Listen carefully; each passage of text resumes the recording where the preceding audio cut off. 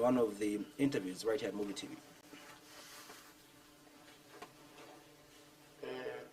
Insinuating that I can go back to PF the way GBM has gone is an insult to me. For me, I am very principled. I am not like these politicians. I am not like these politicians. Are you aware your brother? I am not. Let me stress the point. But are you aware the way you are confidently putting that is exactly the way your brother was putting it? He said to Kawola to within less than a week. My younger brother, I would refer to myself as being mad, lunatic, if I went to join Edgar Lungu's government. I have said, and I want to say it again, even today, if Lungu called me, come and be vice president, I'll tell him, no, thank you. Unless Lungu resigns, unless the thieves in PF are arrested, unless the corruption is wiped out completely, and leave the PF that we started. Under the circumstances, I can never, ever go and work under President Edgar Lungu. Because for me, President Edgar Lungu is not fit to be president of this country. And you will never be fit to be president of this country. So to go back to PF, I can never. And I'm using the word never. N-E-V-E-R, underline, never. Insinuating that. That is Throwback Thursday for us, because we're discussing, many issues that have been unfolding as we deal with the elections. Now, you use the word never. You use quite a number of words. That is a principled man that can never go back to the Patriotic Front. Do you think President Lungu and the Patriotic Front should embrace this man who once insulted the president, who once insulted the party? Actually, so you can't allow me to stop laughing. Really. In another edition, he actually called the Patriotic Front as poison. And guess what happens when you take poison? You cease to exist. These are the actual words he said when I had him on one of the editions of the assignment. Is this the man the Patriotic Front really should trust? And rumors have it, not sure how true they are, that he's positioning himself to be running mate. Where? In the Patriotic Front. Andrew, I'm sorry. I maybe I don't even know why I'm laughing, but well, your rumor is interesting, extremely interesting, and this is why I was saying before you just gave us the clip. It's the very reason why I was saying that the kind of tolerance and forgiving heart that President Lungu has is rather shocking. If I put myself in his position, if I put myself in the position of President Lungu, and I look at what Honorable Kamburi said and did, and of course it's not only him alone. I think his comments were not very different from some of the things that other members that left the Patriotic Front had said. Yeah, and I think that's what's in a special way makes President Lungu, or some people say is, that is extremely forgiving. To forgive a person like that, it only takes someone with a heart, someone who really have the heart to want to forgive. If it were other people, I don't think that was going to be possible. Even if it was myself, I found myself in that position, I'd be thinking twice about wanting to forgive such individuals. But that's what makes a good politician, and not only a good person. Because you want to realize that, life is a life of a second chance. You want to be able to, if somebody comes to you and say, look, I'm sorry with what I said and what I did, and they give you reasons why they have come to you to apologize, it's only human that you want to be able to forgive and embrace them and welcome them back. It's different if somebody doesn't want to apologize. They just want to remain stubborn and they want to come back but they can't apologize. It's extremely different. But I think that all of them that have gone back have been able to apologize directly to the president and also to the Patriotic Front. I don't see a reason why. Is it safe to give him, a position? maybe that of running it. Do you think that would be a good idea from where you're standing? Not even in the second life can the Patriot Front make that mistake. Never. Sure? Never. Never. I can tell you, I don't imagine that the PF can make such a huge mistake. Unless... There's no unless. I'm not like Shimbakambuli, there's no unless. They can never, ever, they can't make that mistake. That one should not even be discussing. And I think whoever came up with that rumor didn't think properly, because it's impossible. How much of a political punch does Dr. Chimbakambuli still carry? Do you think he's still a political heavyweight as he was back in the day? I don't think he does carry a lot of weight compared to who he was before he did what he did. Because, there could have been people that really respected him and believed in him. But when you look at the decisions that he has made, the things that he's been saying, and then just somebody just flops to the other side, you begin wondering. You watch the clip, he said, I'm a very principled human being, I'm not like the other politicians, and I can't go back. Had he maintained that position, people would have had a more respect for him, as opposed to him doing what he's done now. So it still is a political factor, we can't run away from that.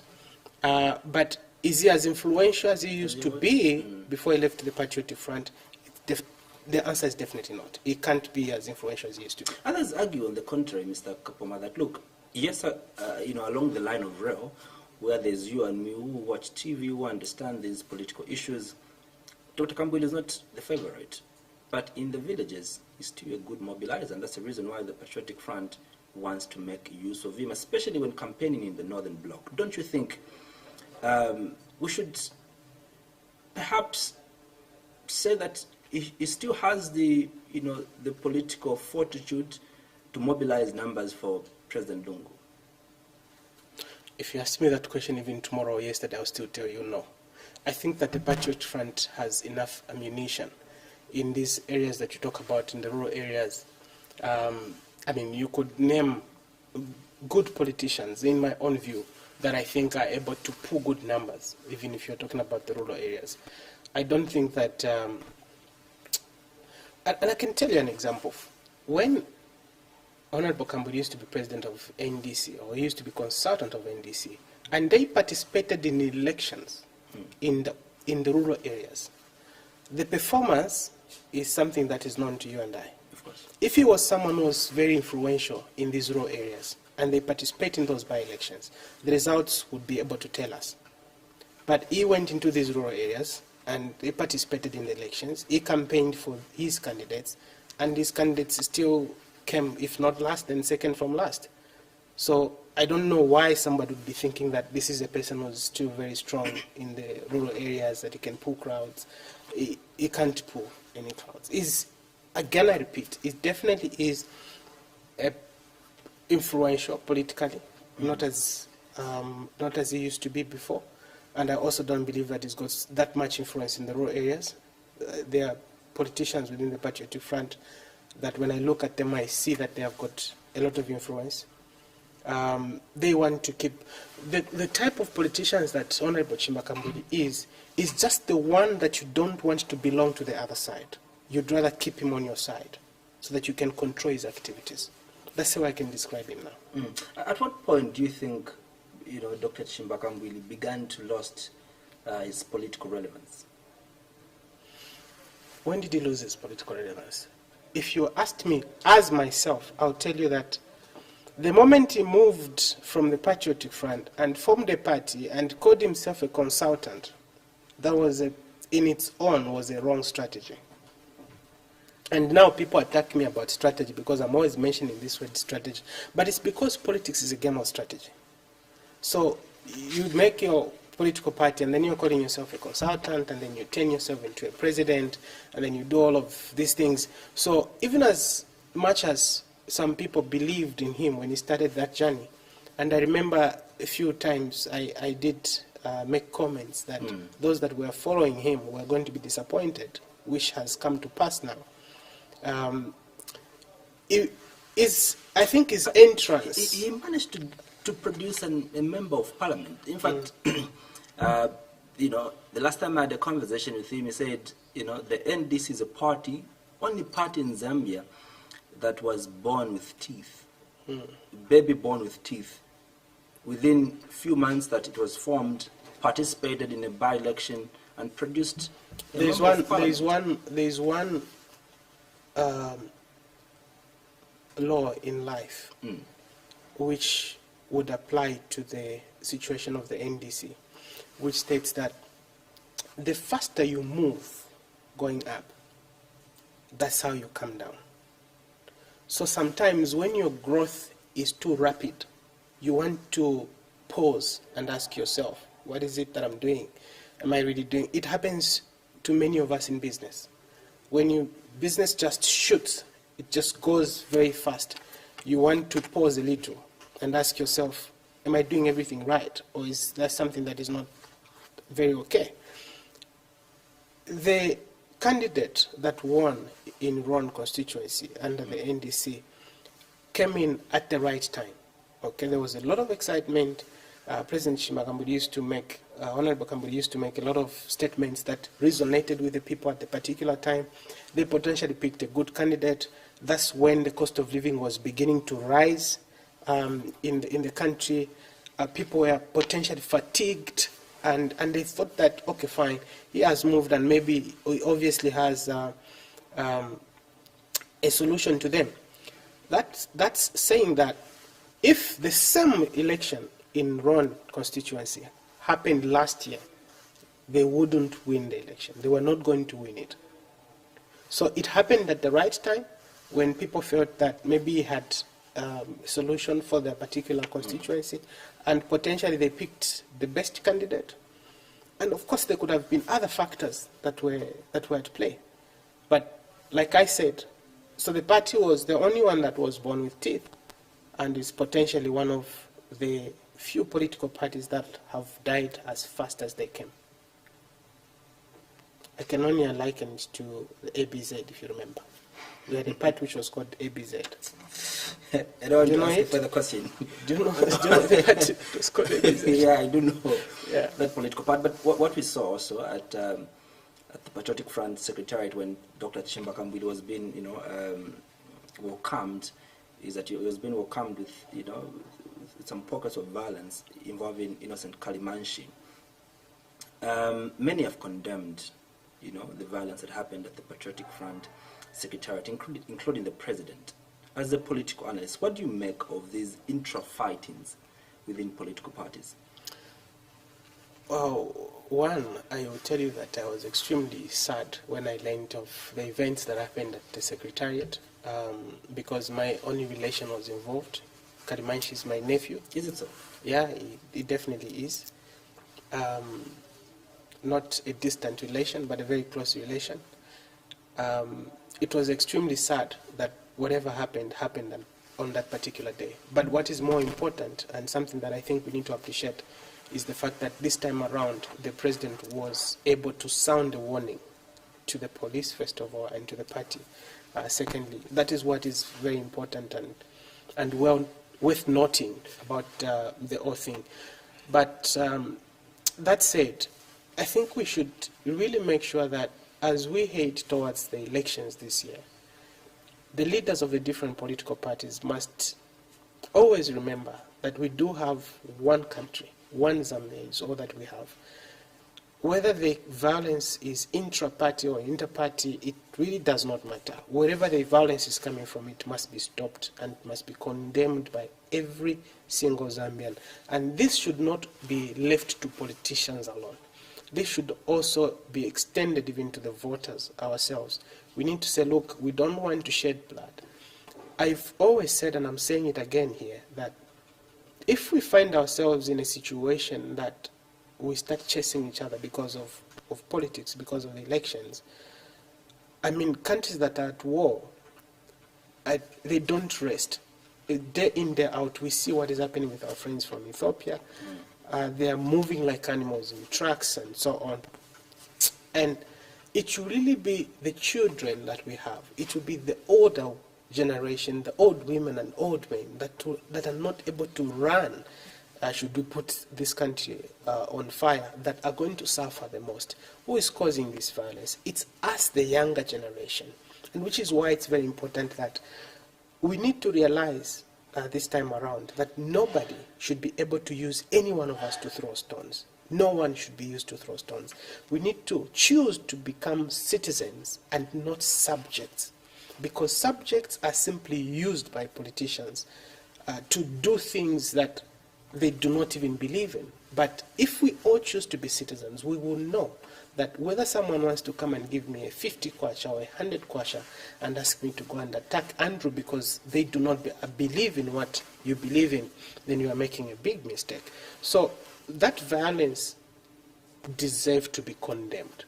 And again, like I said, it's very important that the president already sounded a warning, and he did condemn what happened at the Secretariat. We can only hope, really, that the police have taken note of that. You know, Innocent Kalimanshi is your nephew. One of the things that comes out after his arrest and after what transpired at the Patriotic Front Secretariat is that Innocent Kalimanshi is actually not even a member of the Patriotic Front. From the time that he left the PF, he has not applied again to be a member of the Patriotic Front. Being a close nephew to Innocent Kalimanshi, what do you know whether he is a member of the PF? Andrew, I would like to comment on that issue. Unfortunately, I feel that that should be an internal issue of the Patriotic Front. If I was a member of the PF, maybe I would have the best answer to that. But I think that the only ones who can know whether he's a member of the Patriotic Front or not, it's the PF itself.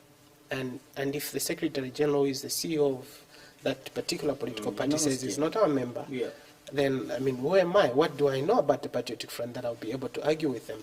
So we can only take it really from them, that if they are saying that he's not their member, who are we to argue with them? Maybe that's what it is. Let's get to another critical issue, about 5 on my list, but let me begin with the one that I wanted to be last, because I think it's quite important. Now, we did see earlier this day, controversial politician embattled Kelvin Walyafuve, together with Felix Mtati, leader and president of the MDC, with a couple of other political parties, coming together, forming a movement called the ZAMBIA We Want. What do you make of this huge political move by these politicians?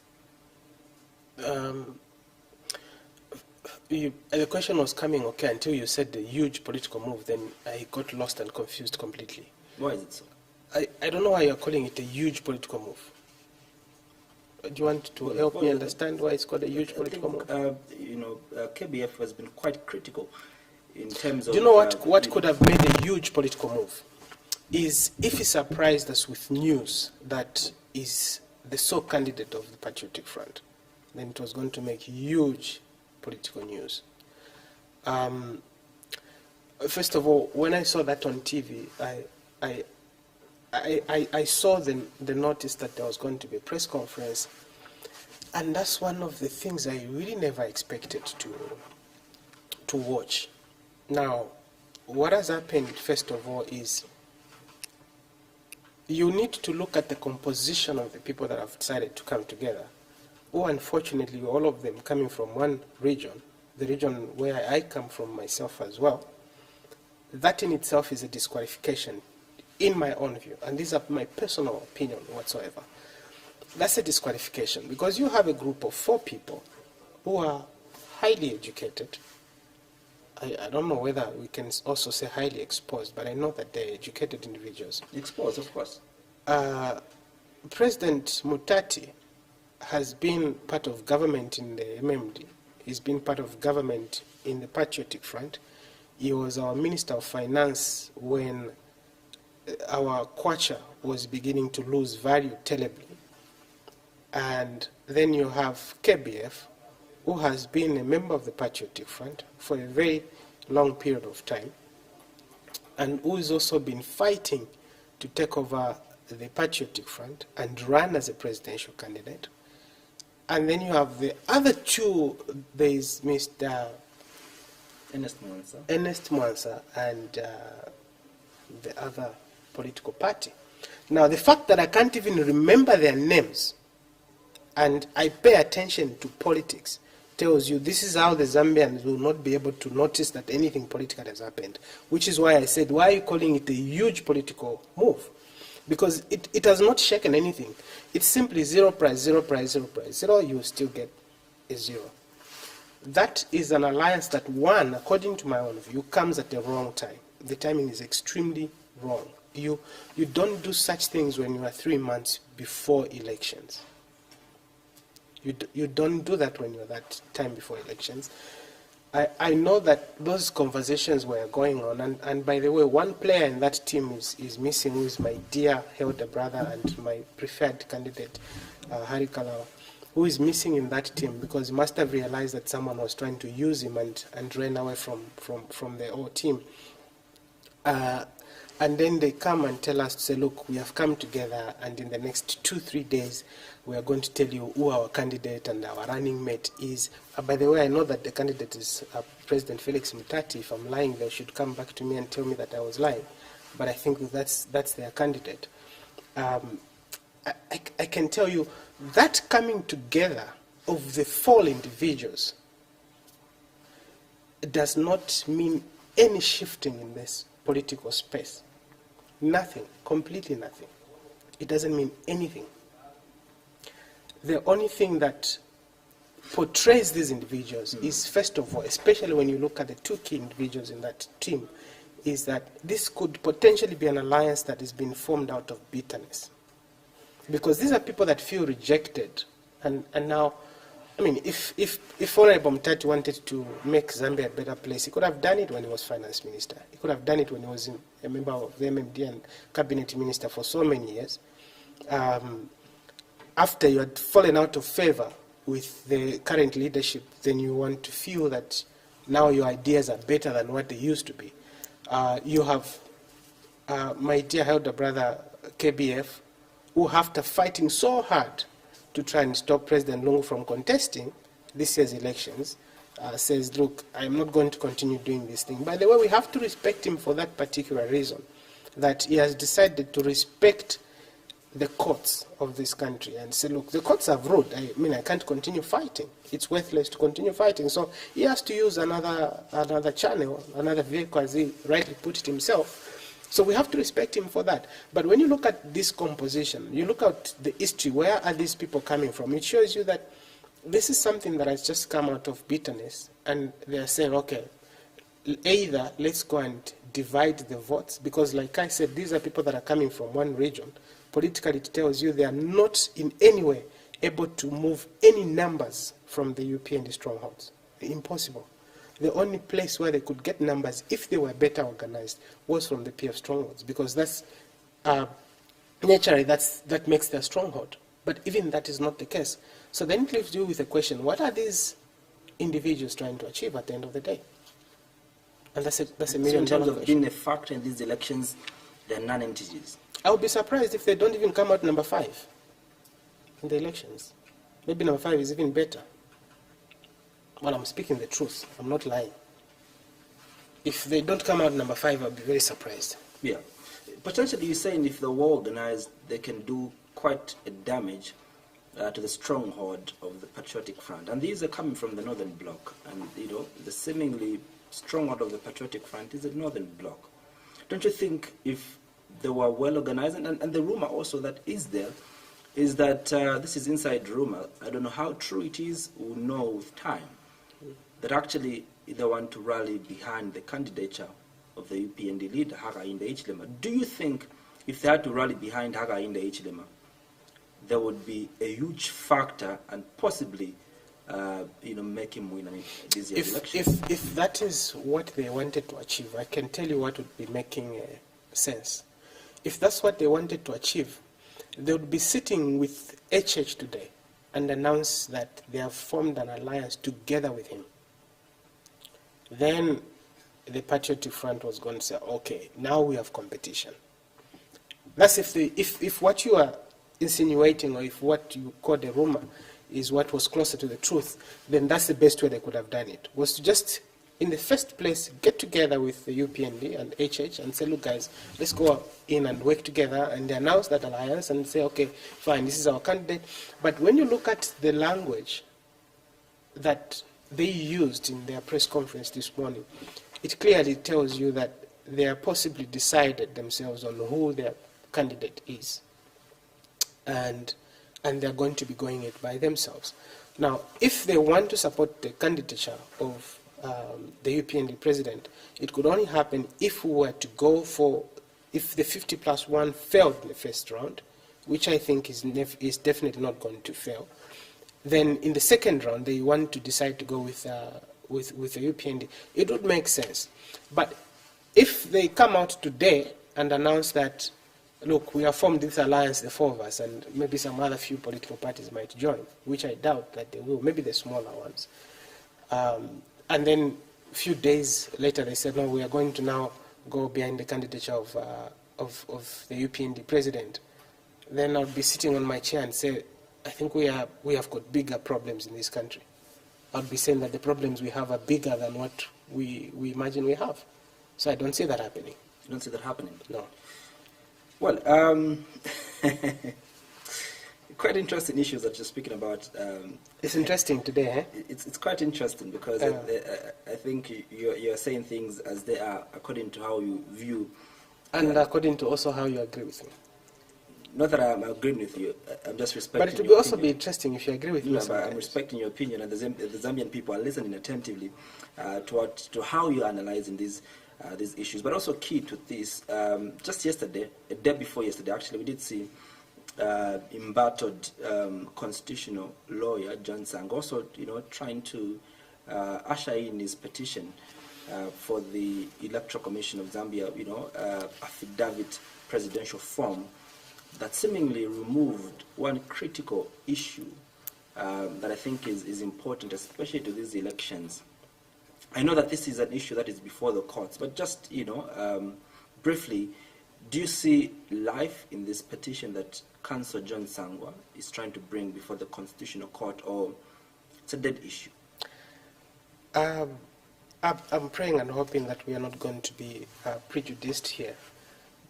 But when I saw that petition go, I then realized that I wasn't well read and I wasn't well researched, because I've never seen the affidavit that the ECZ is going to use this year. I've never seen it. I don't know how some citizens were able to have a look at it. Maybe they're more privileged than the way some of us are. But what our senior counsel has done is what they call at law, for the rest of us who are only but student at law, is what they call collateral attack, which means that, Andrew, you have lost a case, and then you start another case within that case that you've lost.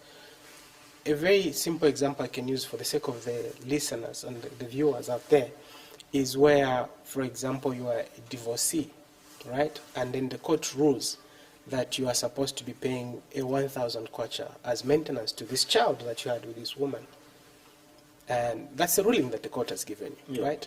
Then you go back to court and you contest that, no, yes, you've told me that this one I have to be paying, but now I'm asking the court to determine whether this is my child or not.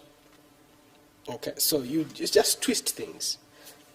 The short of it is that you have lost, but now you're saying, okay, fine, yes, I have lost, but I'm now doubting if this is my child. But all in all, did you see any life in it? No. I think it's an academic exercise, and really, if I was in a private conversation with you, I'd be telling you that to me it looks as though someone has been paid to push this particular agenda, which seems not to be working. But it's only right thing to do, and then in the end, you want to start poking every other hole to see where is the cat hiding. Because, look, it seems to be something very clear. If we can even move away from his case, it's extremely clear. Why do you want? But then here's the thing, Mr. Kapoma. It seems as if because we are amidst a critical issue that probably the court now will settle, the issue of President Lungu's eligibility. The court has already settled that. Well, according to people, because he just paid his nomination today, and I'm sure some people would want to petition on whatever grounds that they feel like, petitioning the president. But, some people did come out clearly that they will petition the candidate of President Lungu. The coincidence is just so amazing that the issue that some civil society organizations and some political players are fighting is the eligibility of President Lungu to contest this year's elections. Coincidentally, a sentence or wording in the affidavit form of the ECZ removes that particular important issue that the people would want to petition President Lungu on, and it reads that if anyone has held office twice, or if you've been elected twice, you cannot, you don't qualify for that. The coincidence is just so, it breeds a lot of suspicion. Don't you think so? You see, Andrew, this is why sometimes we have problems in this country. We should have a lot of interest in reading and understanding things. In my view, I'll be asking myself, why should that clause or that sentence be on the affidavit? Okay, let's take for example. No, let's take it for example. It's always been there, but you have to bear in mind that we are dealing with. And the issue is why now, Mr. Kapoma? Why now? It's not. It's not now. It's not why now. It's not why now. You want to. Okay, let's say for example that you know the maximum period that any Zambian is allowed to rule this country as a president. 10 years. Yes. No, it's not 10. It's 13 years, and this is why people get it wrong. If not 13, it's 12 months and, 12 years and 11 months. And I'll tell you why. About a normal time frame. No, it's not, there's nothing like normal. 13, if going all the way up to... If there are not any consequential incidents that have happened in between the way. So you have to include the circumstances. What I asked you is, the period that any citizen of this country is allowed by the Constitution to rule this country. It's at least 12 years and 11 months and some days, for as long as you don't go beyond the 13 years. And the reason is simple, because the Constitutional Court in the Danpule ruling did state that anyone who has not been president for more than 3 years, okay, that cannot be counted as a term of office. Meaning, for example, Andrew, that if today, all right, if today you wake up tomorrow and you find that President Lungu is not able to continue as president for whatever reason, may God forbid, and then Vice President Nongewina is sworn in as president of this country because President Lungu is not able to continue, all right? So she's sworn in how many? Once. And then she contests the elections in August this year. She's sworn in how many times? Twice, right? If she's sworn in now, and again she's sworn in August, that's the second time she's being sworn in, all right? Now, she qualifies to contest in 2031. She qualifies, no doubt about it, according to the Constitution. She qualifies. Now, when she's going to be contesting in 2031, you want her to sign that she has not been sworn in twice. How? How would she be signing that she has not been sworn in twice when she's actually been sworn in twice? And this is why I'm saying that these are academic exercises, not only meant for people to exercise their democratic right, but also to divert their attention, which is extremely unfortunate. I want to believe that there are so many important things that this country should now be concentrating on. One of which is to just make sure that as we are going to the elections, first of all, political parties, can you concentrate on preaching your message to your voters? Take your message to the voters, because we are being unfair to people who are going to be voting if the only thing that we are going to be talking about is the eligibility of President Lungu. That is not going to put food on my table. Because everybody who's opposing is opposition, right? So what we really want, or what we'd like to see, is a situation where people go full throttle in the communities, in the different parts of this country, and start telling the people, this is what we're going to do for you if you vote for us. You can't go and start preaching President Lungu's eligibility. It's not benefiting us. Start telling the people what you're going to do. Let democracy be what it is. Let us all benefit. How can we benefit? Let the political players be able to tell us exactly what they are going to do. This thing of fighting about the eligibility of President Lungu, wasting court's time and doing all sorts of things, it's not helping anyone, really. If we want to have a fair game, if we really want to have a fair game, let everybody who wants to be on the ballot be there. Beat them on the ballot. Beat them on the voting day. Let's respect the rule of law, because part of the argument, Mr. Kapoma, the Constitutional Court handle is the highest court in this land. And when the court has announced itself, it has pronounced itself, that's what the Constitutional Court has done. There is little or nothing we can do about it.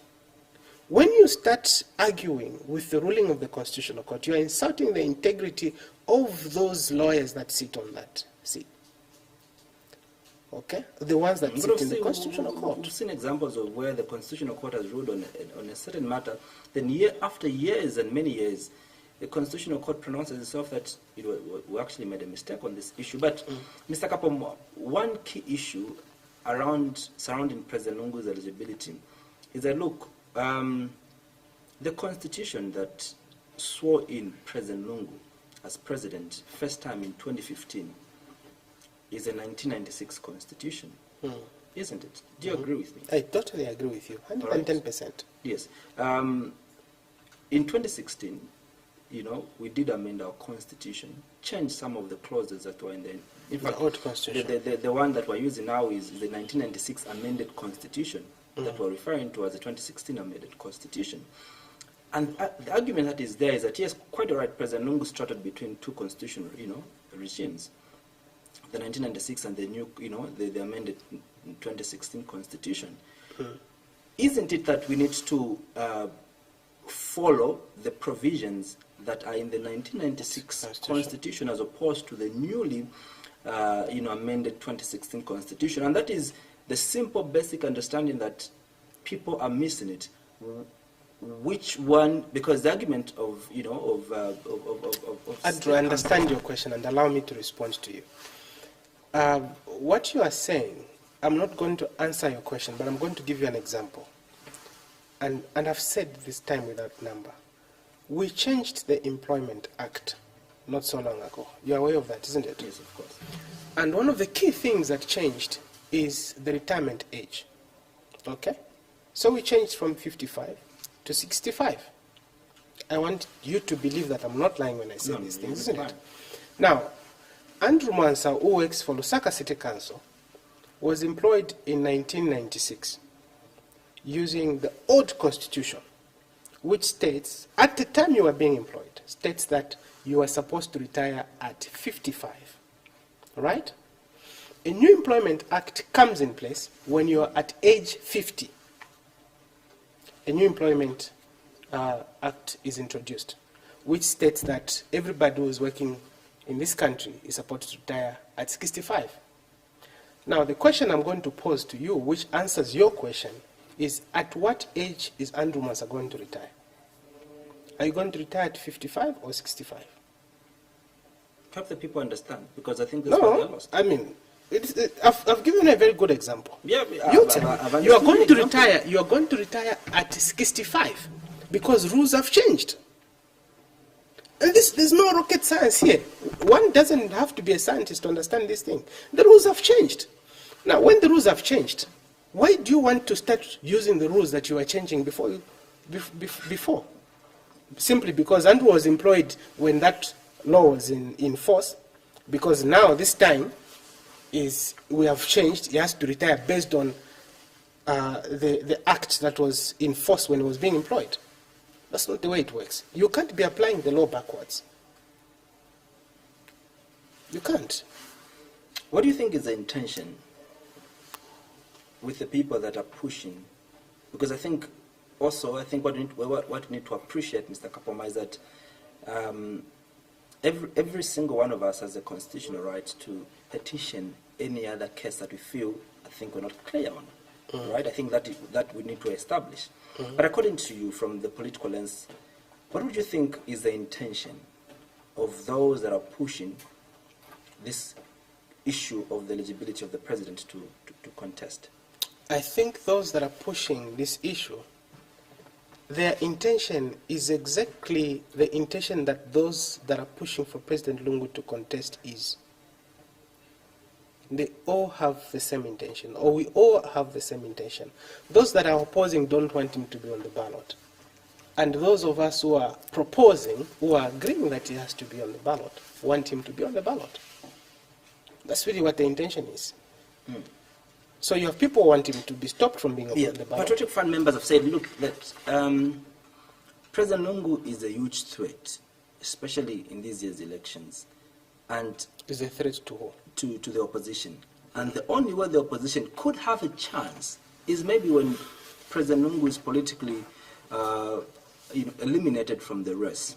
And that is the reason why the Patriotic Front have been very key in ensuring that he's a sole candidate of the Patriotic Front. Do you think that, how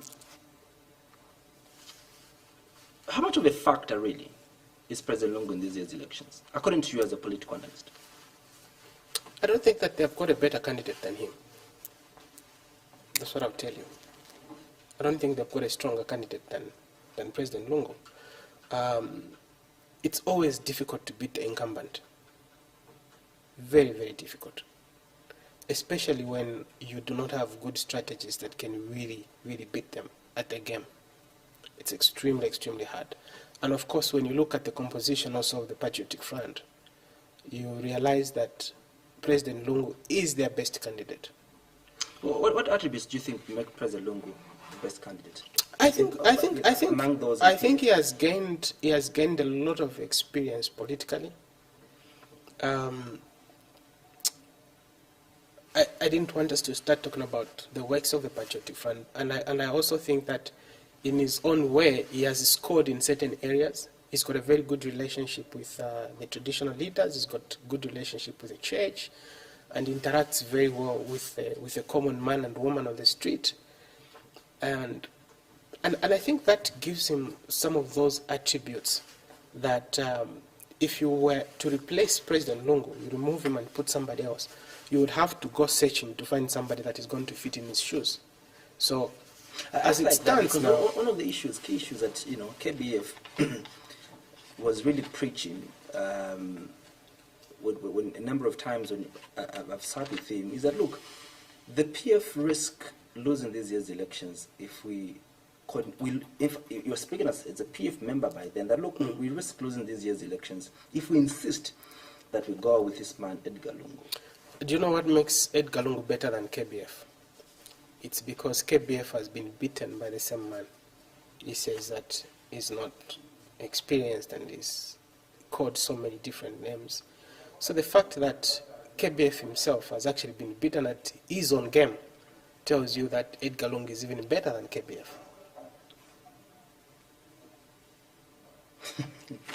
Well, Parliament will be dissolving next week. Mm-hmm. A simple assessment of how you think the lifeline of Parliament has been for the past 4 years. Is it 4 or 5 years? No, 5 years. 5 years confuse me. They're making me think like I'm in another country. I'm in Zambia. Please bring me back to life. One of the things that I think makes sad reading to me is the fact that the last 5 years we've had too many by-elections. I think that's not very healthy for a country like ours, that we should be having so many by-elections, spending huge sums of money to do the elections. The Electoral Commission of Zambia, their budgets are always high when they have by-elections. And I think that in terms of giving policy direction, I think that Parliament has been quite upbeat. Sad that we did see a lot of walkouts from our friends in the opposition, and I think that because of their walkouts, we did have certain policy decisions being affected because they were not available to be able to debate and help the Zambians make a decision. Because when you have voted to go and represent the people in Parliament, you're not representing your party. We have to make that distinction very well. You could belong to MMD or UPND or PF, but when you are sent to Parliament, you are not necessarily representing the ideas of the party, but you are representing what the people on the ground are telling you, what the people in your constituency want, and what they are telling you as the member of parliament, that these are the issues that we have. So when you go to parliament, I think that it's very, very important, and this goes to those that are actually aspiring to be members of parliament in August. But when they are voted by the people, because it's the people that are voting for us, so when you are voted by the people, go there and represent the people. You can't afford to always be influenced by the political party that you are coming from. We should be able to differentiate and realize that sometimes you've got to do things in the interest of the people, not only in the interest of the political party that you represent. So, fair enough, we've really had a very active parliament despite the COVID disturbances. With what I've mentioned, the walkouts were not a plus, were a disadvantage to us. Bills not getting passed. Yeah, certain bills. We can only hope that moving forward we can be a little bit more mature with the MPs that go to parliament, that we don't see such kind of things happen again in the future. And I'm also hoping and praying really that in the next life of the next 5 years of parliament and the presidency, we'll hopefully see less by-elections compared to what we have seen in the recent past, because then we spend so much money and the economy gets to be affected. So really that would be my only assessment. On the 12th of August, the people of Zambia will be making a decision that they are going to live with for the next 5 years to come, from 2021 to 2026. Now, many Zambians have been disappointed for a very long time, and that is the reason why sometimes we've got high levels of voter apathy. As a political analyst, advising the electorate home who is saying, who should we look to for the hope of Mother Zambia, for the betterment of this only country that we have called Zambia? What are some of the attributes we need to look into, especially in a leader as we go to vote? How do we differentiate between a leader that is just merely lying and a leader who is saying the truth? I think it's very important for us as the voters to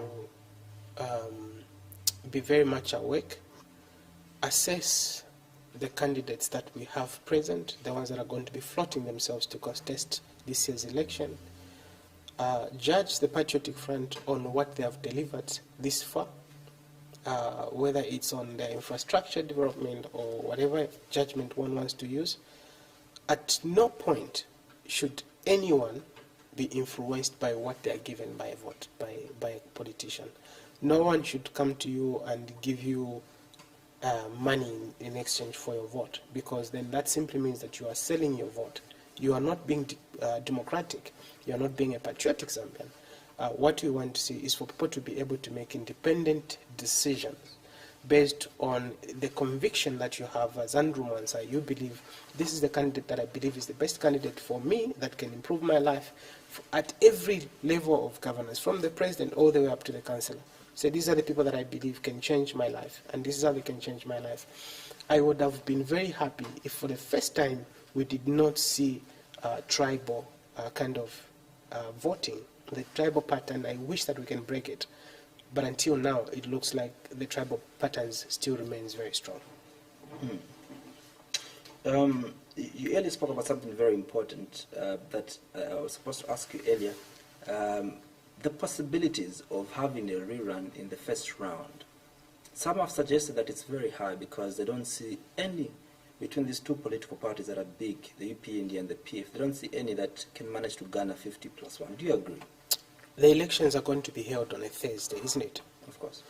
On Friday, which is going to be, not even Friday, that's going to be a Saturday or a Sunday, when the president is finally announced, I want you to host me and congratulate me for telling you that we are going to have an outright winner in the first round. We are not going to go for the second round. If you want to know the reasons, call me again.